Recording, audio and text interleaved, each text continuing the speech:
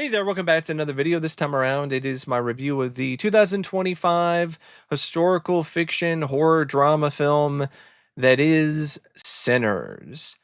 And I have to be honest, after watching it again, I did notice more flaws. I did notice more things about the film that I personally feel could have been better. But that being said, I still thought it was, for the most part, a really great film, and I still really enjoyed it. Now, before I get around to sharing more of my thoughts on the film, though, I would like to give a special shout out to Brian for requesting this review. And if there is another film, TV show, or topic that you would like to see me discuss in the future, feel free to donate to either my PayPal, my Patreon, or my Cash App.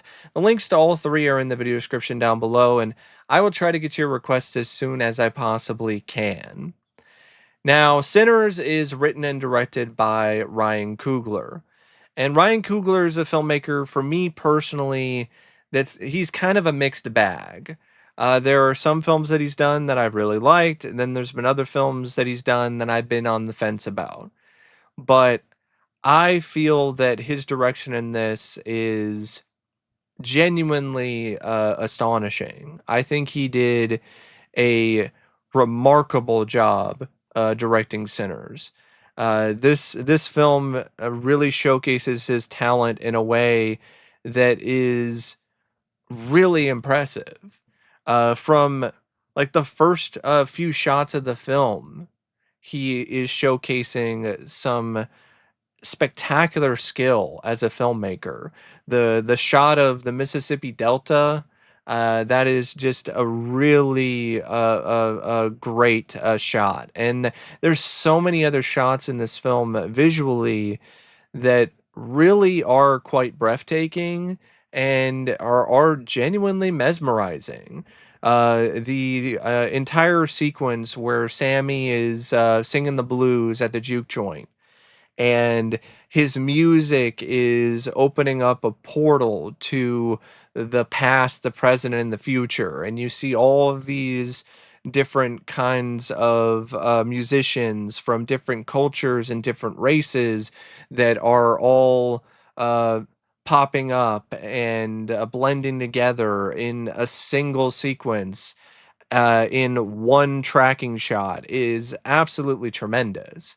And there's a whole multitude of other shots like that in Sinners.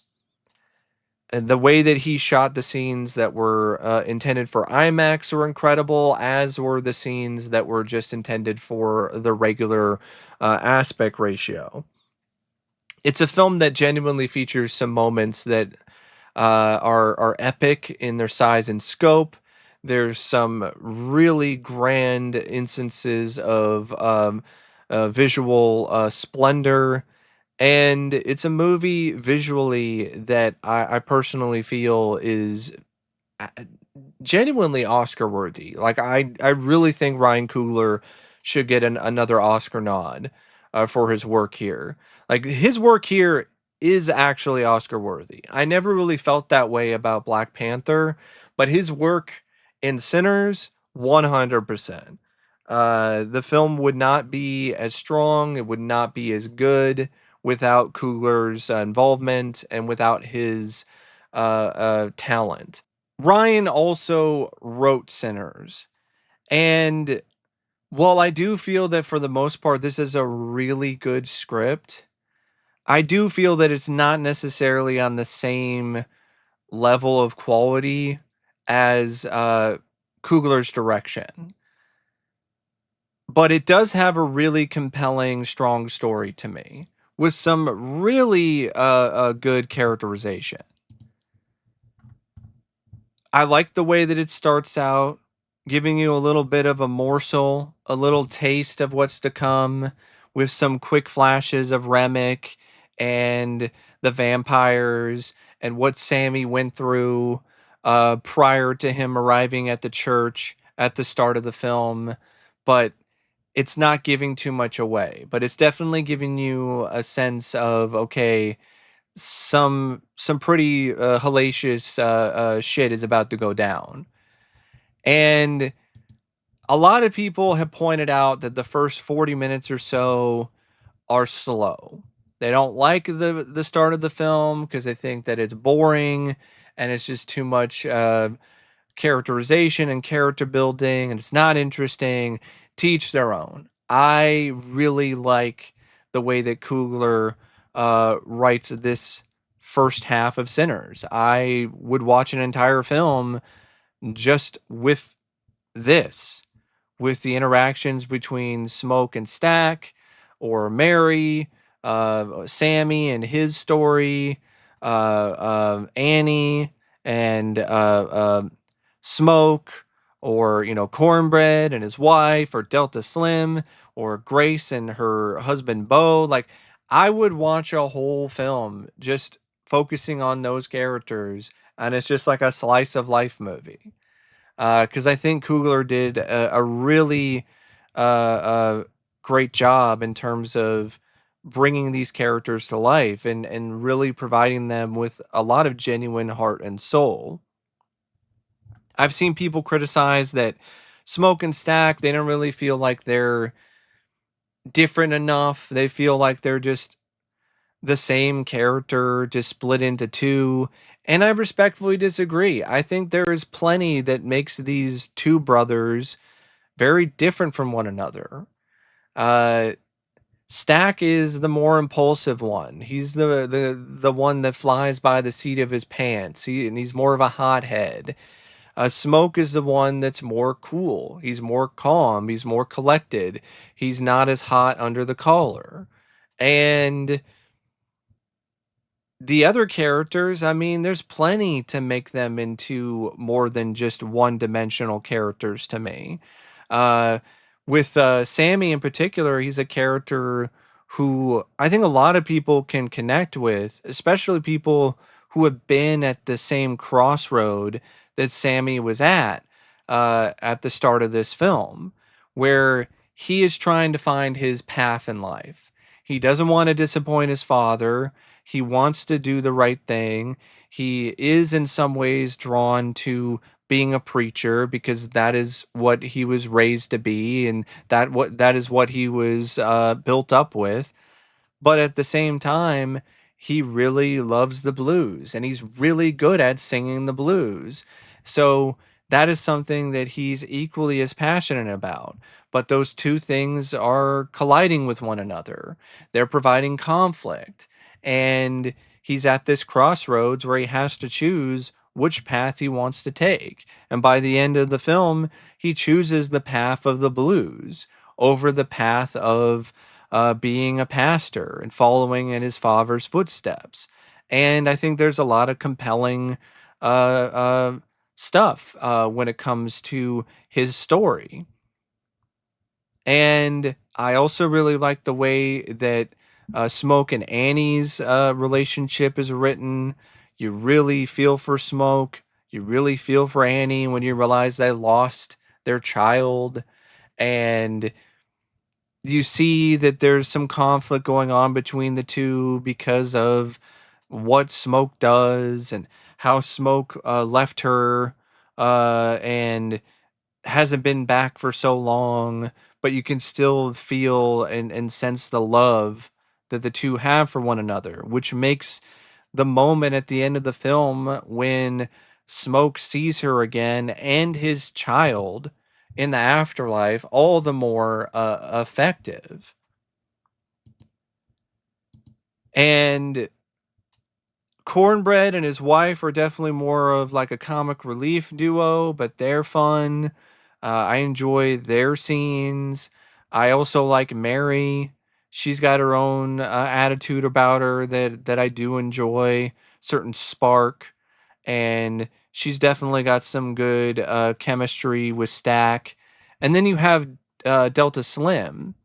And this is a character though where I feel the writing for him is really one of those things where it's halfway there when it comes to being good or consistently quality writing for his character, which is kind of disappointing. It starts off really strong with his character.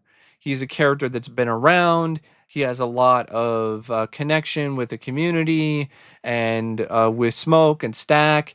And he is eventually convinced to um, join Smoke and Stack and play at their juke joint. Uh, and in the process, he opens up and he has this very vulnerable moment where Wall, the twins and Sammy and Slim are driving in the car and they drive past a chain gang, and the conversation among the group shifts to whether or not Slim knows those guys. And he says that he knew them all. And then he talks about the story of how these men wound up in this chain gang. And then he talks about uh, a traumatic moment in his life that involved one of his friends getting strung up by some townspeople and lynched and castrated. And it's a really powerful scene and moment for Slim. But then, as soon as Remick and his vampire thrall are trying to take control of the juke joint and trying to take over, Delta becomes a different character. He becomes more of a comic relief guy, talking about shitting his pants and some of these other things that just felt kind of out of place for his character.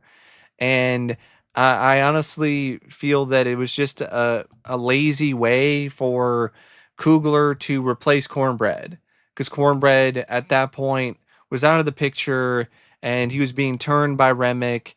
So we need that comic relief. We need that bit of levity. So Delta's going to be that. But it just didn't really feel like it was something that was a natural progression for his character. So the writing for Delta Slim is both really good and very poignant and very strong, but also kind of weak and kind of puzzling. So that definitely is one element of the movie the second time around that I noticed. That was like, okay, yeah, that could have been handled better. Grace and her husband are also two characters that they're likable enough, but there isn't as much depth for them in comparison to the other characters. So that might have been nice to have seen a little bit more with them. So then you can really develop more of a connection with them. So when Grace makes the decision that she winds up making later on in the movie, it's all the more tragic. But instead, it just one of those things that just kind of falls a little flat.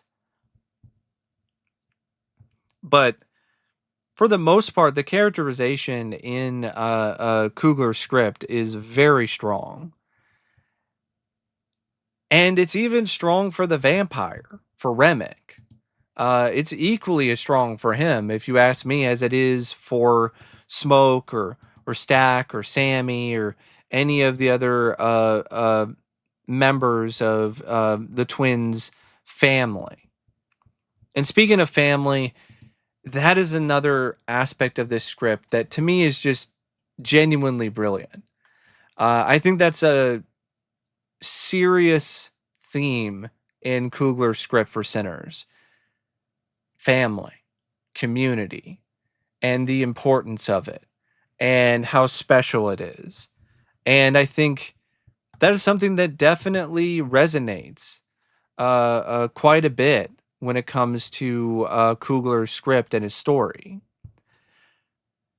So I personally really like the first 40 minutes or so of character building. It's not boring at all to me. So when you get to the first appearance of Remick and the scenes with him and the Choctaw Indians and the KKK couple and Joan and Bert, I don't think it's really something that feels like it's too much of a slog up to that point, because I was really invested in the characters and their story and their journey and Sammy's blues music and so on and so forth. I really like the idea of the Choctaw vampire hunters, and I do agree with a lot of other critiques that have mentioned that they really wish that they were involved more in the story, especially now that you know that Coogler really doesn't have a lot of clear plans for a follow-up to Sinners. So with that in mind, he really wasn't necessarily doing this to build the world and set things up for a franchise. It was just something he threw in there because there's some connections between the Irish and the Native Americans, and it was another way to really deal with the historical accuracy of the script, to showcase Coogler's research, and to provide a way for the KKK members' own bigotry to ultimately be their undoing. Because the Choctaw warned them about Remick, but they don't want to hear it because they're not going to listen to an Indian or a Native American. And so they wind up becoming turned and they become chow for Remick. And then after that moment, that sequence with the Choctaw, you get to the setup of the juke joint, and the twins, uh they wind up hiring Cornbread as a bouncer, and they get everything all set up, and they provide a place for their people to party and to drink and to let loose and have a good time after picking cotton in the fields all day, or dealing with all of the other bullshit of being a minority in the 1930s in the South. And that's the reason why their currency, which anywhere else is completely useless, because the plantation owners paid these African Americans in junk money, but here their money is worth a nice cold beer. It's worth whatever they want it to be because this is their place. This is their moment to kick back and relax. This is their reward for everything that they've gone through. And I really like that. It's another instance of Coogler really doing his research. And what happens next is you find out that because of the fact that a lot of the payment for the beer and for entry to the joint is all from these African Americans in the community who can't really afford a lot, and don't have that much money or any money to give. The twins aren't really making much profit from this. So that leads to a bit of a verbal fight between Smoke and Stack. But then Stack really winds up clearing Smoke's head and lets him know, like, hey, let them have this night. That just doesn't matter about all that. We'll figure it out. And that's what leads to Mary deciding to go outside and talk to Remick and the other two KKK members, Joan and Bert, because earlier they turned them away when they were trying to turn on the charm, and they sang "Picked Poor Robin Clean." But the twins and everybody else in the joint were like, "Yeah, this is not right. We don't like the vibe. We're not letting you in." But now Mary, realizing the seriousness of the situation, that the twins are not even breaking even tonight, she goes to try to get some money from the white people, who then wind up turning her after they sing a very honestly compelling rendition of "Will You Go, Lassie Go." And Mary then winds up having a very kinky, weird sex scene with a Stack, where she even spits in his mouth. and then she winds up biting him. She gets shot a bunch of times by Stack though before well, not Stack, by Smoke. Smoke shoots her a bunch of times, but of course she lives because she's a vampire now. And she runs off to go join Remick and the other vampires. Then there's this. Then what happens next is just a lot of back and forth in terms of, hey, let us in, and then people being like, no, we're not. And there's a really funny moment with that with Cornbread once he gets turned, and he's trying to convince, Annie and Smoke to let him in, and he's just going about it in the just most bizarre, weird way possible. And it's honestly pretty funny. And there's a good amount of moments like that in this script that I want to give Coogler credit for, where he knows how to provide some levity, provide some laughs, provide some moments where kind of breaks up the bleakness and the darkness and allows this film to actually be rather fun to watch at points. Despite some of the deeper themes and the social commentary and some of the slower parts of the film and its story. Eventually, Stack wakes up. He winds up leaving too, and he joins Mary and Remick. And now Remick has turned pretty much the entire party because the party of people, at the juke joint, they were asked to leave after a certain point after Mary came in and bit Stack. So, unbeknownst to Smoke, he essentially just allowed Remick to create even more reinforcements and make their life even more of a hell when it comes to Smoke and the rest of the people who were trapped inside of the juke joint. And speaking of Remick and his thrall, another thing that I really liked about Coogler's script is the reason why Remick is even there in the first place. Why Remick is so drawn to Club Juke. And the reason for that is Sammy's music. It's Sammy's supernatural ability to open up a portal and tap into the past, the present, and the future with his music. Because Remick is a man who has lost track of his own heritage.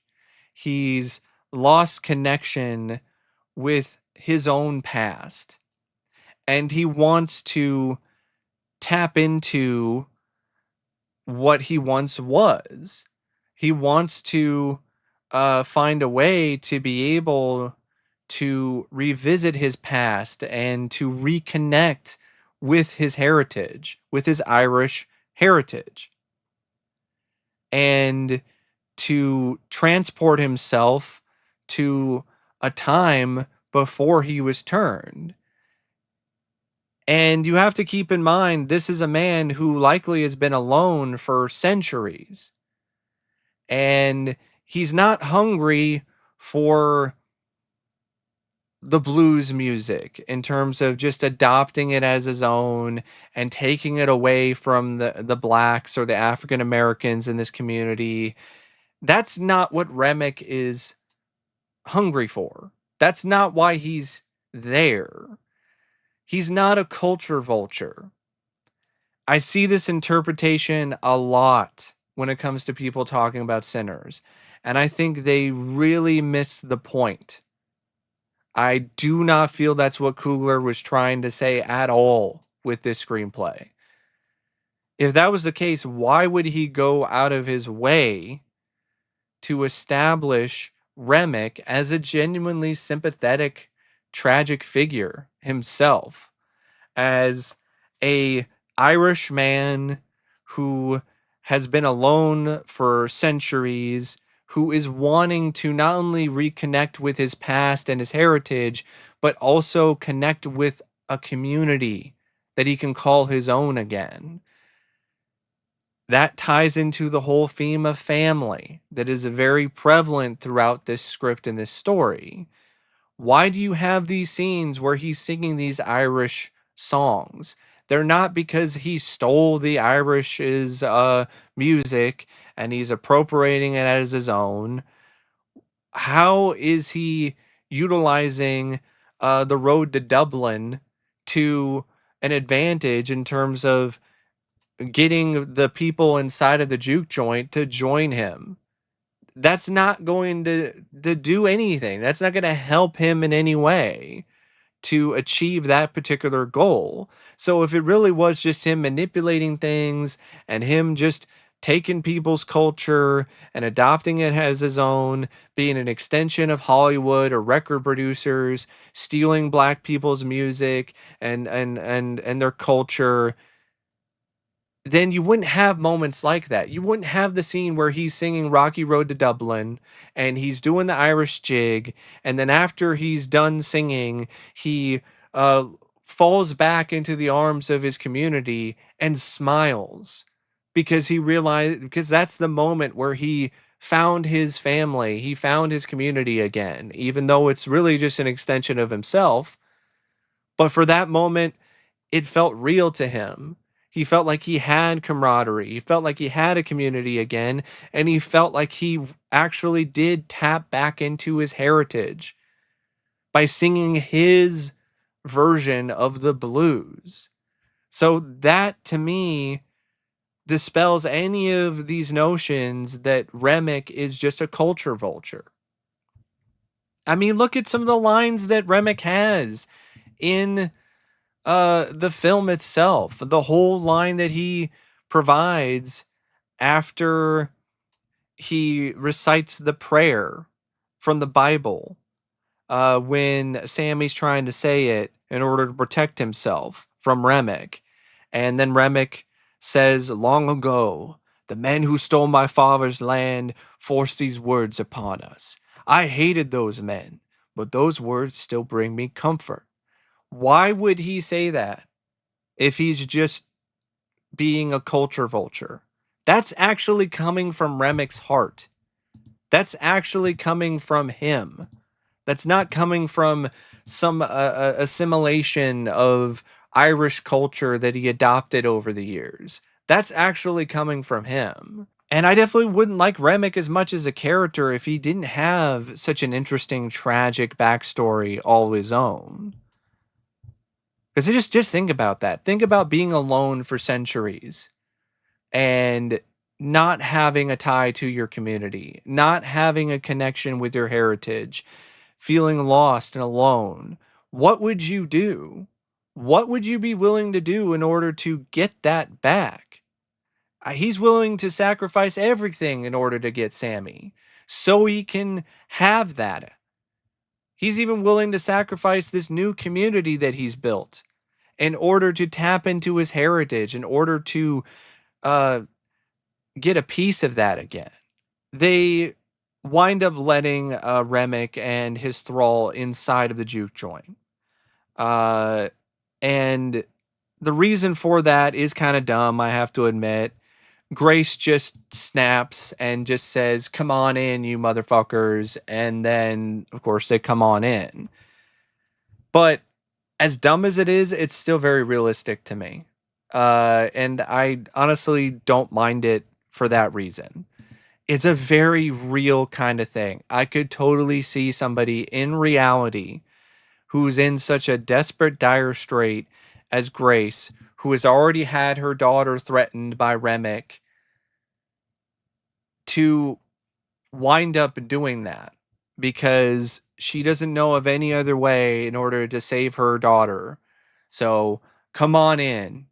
And I and the rest of the crew are going to do our best to try to kill you before you can kill everybody else in the town, kill my daughter, do all of that, and so on and so forth. In traumatic and stressful situations, not everybody thinks clearly. And actually, in a lot of times, people do some equally dumb shit. So she lets them in. There's a battle. And it's a battle where the the twins and the rest of the people who are left in the juke joint, they don't really win it. Slim winds up perishing because he sacrifices himself as a distraction. So Sammy can get away. Smoke and Stack wind up fighting each other. Uh, and Annie, she got bit, but then she got killed by a Smoke because that was a promise that they made with each other that if she ever got bit, that Smoke would kill her before she turned. And what happens after this battle, where a lot of people wound up dying? I mean, Grace dies, Delta dies. Uh, the only reason why Stack didn't get stabbed by Smoke with the stake is because Stack is his brother, and he made a promise that he wasn't going to hurt Sammy, so he let him go. And then, speaking of Sammy, he then winds up having a confrontation with Remick. And this is after Perline got turned. So Perline has gotten turned too. So they didn't win at all. I've seen some people say, though, they won this battle too easily. I'm like, what are you talking about? They did not win that battle at all. That did not happen. So you have the whole scuffle between them and the vampires. And then you have this final confrontation between Remick and Sammy. And Sammy hits Remick in the side of the head with his guitar. And this is one part I think is not handled as well as it could be. Throughout the entire script and the story, there's a major emphasis on the power of music. And I think it was a missed opportunity to not have that be utilized in how Remick is ultimately defeated. The very thing that he's trying to get to tap into his heritage and to his homeland and to his past is the very thing that ultimately destroys him. But instead, Smoke shows up out of nowhere and just stabs him in the back with a stake. I would have preferred it to have been Sammy stabbing him with the guitar, with what's left of the guitar, or something involving Sammy playing the music, and then it opening up the portal, but then something happens involving that, and that winds up destroying Remick. Something along those lines, instead of Remick just getting stabbed but with a stake in the back. I didn't mind the sunlight thing with the vampires not knowing exactly what time it was. Everything was frenetic and crazy at that moment. So that didn't bother me. I know it's bothered some people because it's just convenience, but it's not that much of a stretch or that much of a problem for me. Then afterwards, there's this big action sequence where Smoke winds up taking out the KKK because they show up the morning after.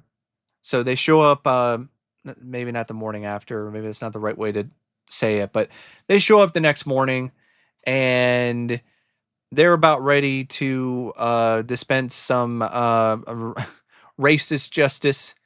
But Smoke's not having any of that and guns them down, blows up some of them with a grenade. Very crowd pleasing scene to see a bunch of racist assholes get their comeuppance. It's a scene, though, that also further showcases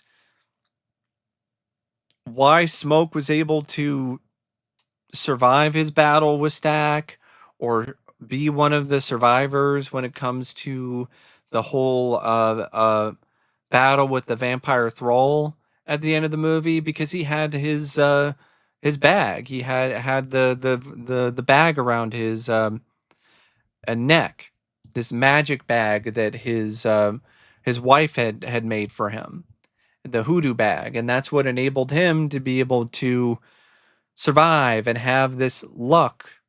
And then he took it off before he took out the KKK guys, because he didn't really have anything left to live for anymore. And I thought that was a really nice touch. So was the the moment when he sees Annie again and sees his baby, in the afterlife. I thought that was really sweet and uh, quite emotional. I definitely did tear up. I can get a little choked up thinking about it, to be honest. And I know some people have said, why is the KKK thing there? Because it was already established that the juke joint was going to be a slaughterhouse. If it wasn't the vampires that were going to kill them, it was going to be the KKK. There was no way that the KKK in that town was going to allow them to have a juke joint. It just was never going to happen. So they were always going to be a target, and they were always going to be living on borrowed time. And that's what makes the film all the more tragic, but it also makes a lot of the messaging of the film all the more resonant and powerful. Because there's another message in the film that is made very clear during the mid-credit scene, which is honestly the sequence to me that really sums up Sinners and its story, where you have old Sammy. He has now had a very long, successful career as a blues musician after leaving Clarksdale. And he winds up running into Stack and Mary in the 90s. Sammy says, "You know something? Maybe once a week I wake up paralyzed reliving that night. But before the sun went down, I think that was the best day of my life. Was it like that for you?" And Stack replies, "No doubt about it. Last time I seen my brother, last time I seen the sun, and just for a few hours, we was free." That is the core of Sinners. That is really what the message of the film is, in my opinion. It's about appreciating moments like that, appreciating seeing the sun rise with those that you love and you care about, knowing that there's a possibility that that might be the last moment you will ever have with them. That will be the last time that you will be able to see them alive and to experience their presence. That is what the core message of Sinners is to me. It's about community, it's about family, and it's about that. That's the soul of the film. That shot of Smoke and Stack watching the sunrise together. Like, that is, in my opinion, one of the most stunning and memorable shots in the entire film. And I think that also really exemplifies the core message of Coogler's script. It's not about the social commentary either. That's a part of it, but it's really about those deep human emotions. As great as the screenplay is, the cast is really quite something else as well. I mean, Michael B. Jordan does a really good job doing a dual role here as Smoke and Stack. Um, there were some moments where the more emotional beats of the characters weren't quite as good or as sharp, but I still think for the most part it's a really good performance because of how well Michael B. Jordan was able to play both roles and really make both characters come across as different people. Hailee Steinfeld was sexy and really quite surreal at points and actually terrifying in some of the scenes that she was in, but also vulnerable and Just a really solid performance too, and some great comedic chops as well. Uh, some really good wit that she showcased in the film. Miles Caton as Sammy. He's a relatively newcomer actor, and I can't wait to see what he does next. It's just a really powerful, compelling, poignant, strong performance with strong vocals. He sang his own music, he sang his own vocals, and he was incredible. Buddy Guy was also really good as the old Sammy. Jack O'Connell, he was so strong, so genuinely special as Remick, the vampire. So much you can sink your teeth into when it comes to his performance. He also sang his own vocals. He's the reason why one of the songs is actually in the film. Will You Go, Lassie Go? That was his choice, and Coogler listened to him for it. Um, Jayme Lawson, I also liked as Perline. She had some great pipes. She had some good chemistry with Sammy. Omar Miller was fun. Had some good comic chops all his own as Cornbread. Delroy Lindo was fantastic and amazing. Once again, showcasing his immense talents as an actor as Delta Slim. Uh, Dre Manis as Bird and Lola Kirk as Joan. They were fine too. As was Lee Jun Lee as Grace Chow and Yao as Bo Chow. Um, I also want to mention David Maladondo, who played Hogwood, the local leader of the KKK. Definitely played a good scumbag. So overall, really good cast. And I almost forgot Wunmu Mosaku. I definitely wanted to mention her. I can't believe I almost forgot her as Annie. She was also awesome. She was amazing in her own right. Cinematography by Autumn Durald Akropow is just, it's stunning. It's a beautiful looking film. The editing by Michael P. Shaver, I also felt was really strong, really solid overall. Love the music, love the score by Ludwig Göransson. His love for blues music really does seep through, really does resonate here. And I love the songs that were chosen for the film. I really love, This Little Light of Mine and Wang Dang Doodle and Pick Poor Robin Clean and Will You Go Lassie Glow and Pale Pale Moon and Rocky Road to Dublin and the song at the end of the film, Last Time I Seen the Sun by Alice Smith and Miles Caton. For me, Sinners is a film that, even though I do feel that it has some flaws, for the most part, I still love it. And I think one of the main reasons I feel that way is because it just speaks to my soul.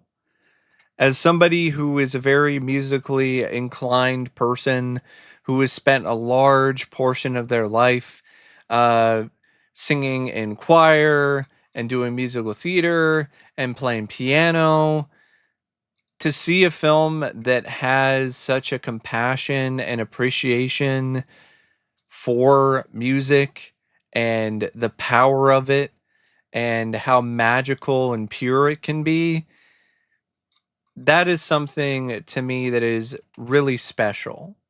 And that is not necessarily something that is going to be as special or resonate with people in the same way. There are a lot of people who don't connect with this movie, don't care for it, don't like it, would even go as far to call it overrated. And you know what? That's okay. But I love it.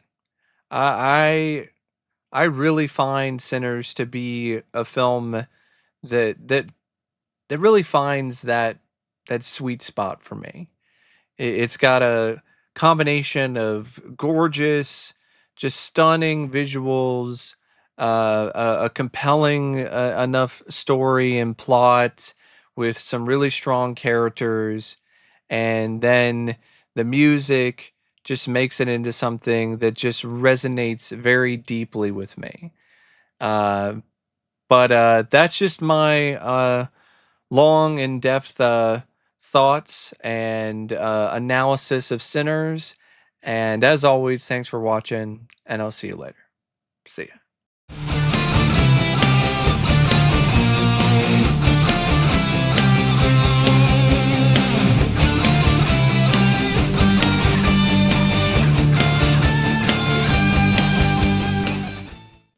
Will ye go, lassie, go?